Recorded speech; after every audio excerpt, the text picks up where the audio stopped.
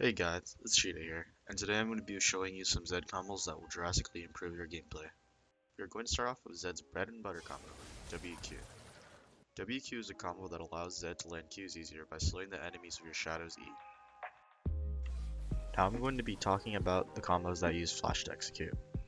The combos usually start off with either a WEQ or WQ into a flash auto and maybe an ignite.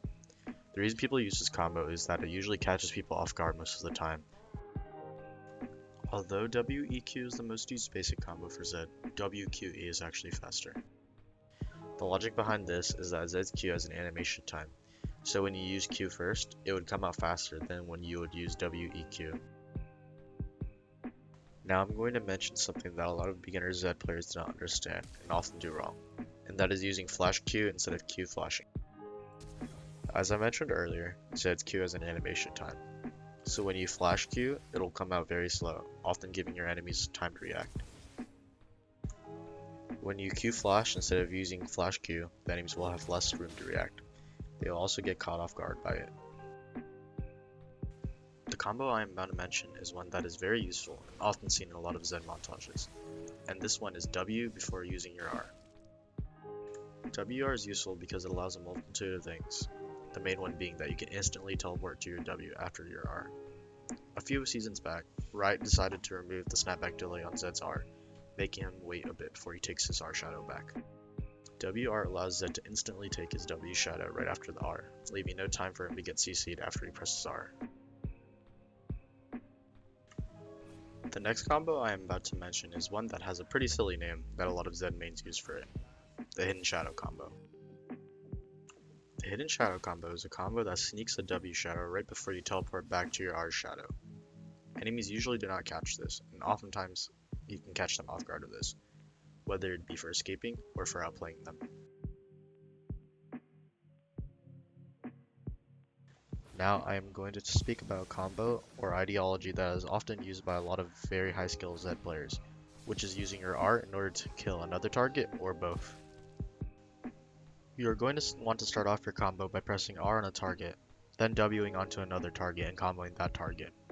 An example of this is RWEQ or RWQE. You can also take the W as well instead of just pressing it once.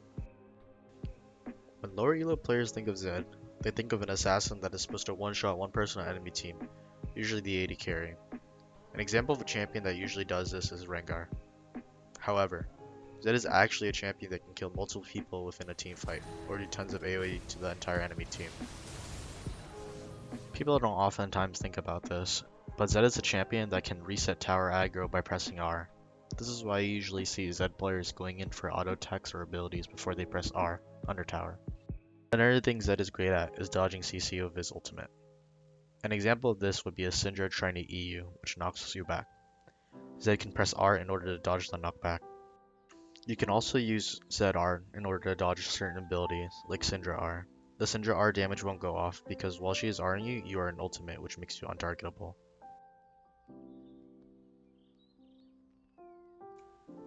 Now I am going to go over the many builds and rune iteration that Zed has. An important note to keep in mind before I go into detail about Zed runes and builds is that Zed is played in a different playstyle for each rune he has, as well as builds. An example of this is running Electrocute Sorcery second, going Transcendence and Scorch, versus going Precision secondary. The main Electrocute page I run is this, but sometimes if I want to go Electrocute and they have a lot of enemy CC, I will personally take the Precision secondary, with Presence of Mind Tenacity second. When you go Precision secondary, you usually have to go Cleaver to make up for the lost 10% CDR, or some other sort of CDR item. The second page I run is the Conquer page, which I think is very good into certain teams or matchups. In the Conquer page, I take Conquer, Presence of Mind, Alacrity and Tenacity, Last Stand or Cut Down. Personally, I think Coup de Grace is bad, but it's up to your personal preference for that one. For the secondary tree, I run Taste of Blood and Ultimate Hunter. Two matchups I love taking this page into is Yasuo and Galio. When I play versus Yasuo, I do Emax and I go Conquer with D-Blade or D-Shield start. Builds on Zed get a little complicated and require a little brain work to get around. Lethality as a stat gets countered pretty easily. If you're running Electrocute and enemies are building early armor, like Seeker's Armguard or Ninja Tabi, you You cannot one-shot them with lethality alone unless you're really fed. You'll need to get a Last Whisper item second or third in order to combat this. However, if you're running the Conqueror page, you only need to get Last Whisper if they are building 2 armor items, for example, Ninjatabi and Zonia's.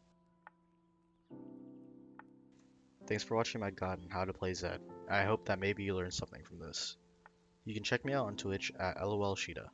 I'll also be uploading more frequently on YouTube in the future.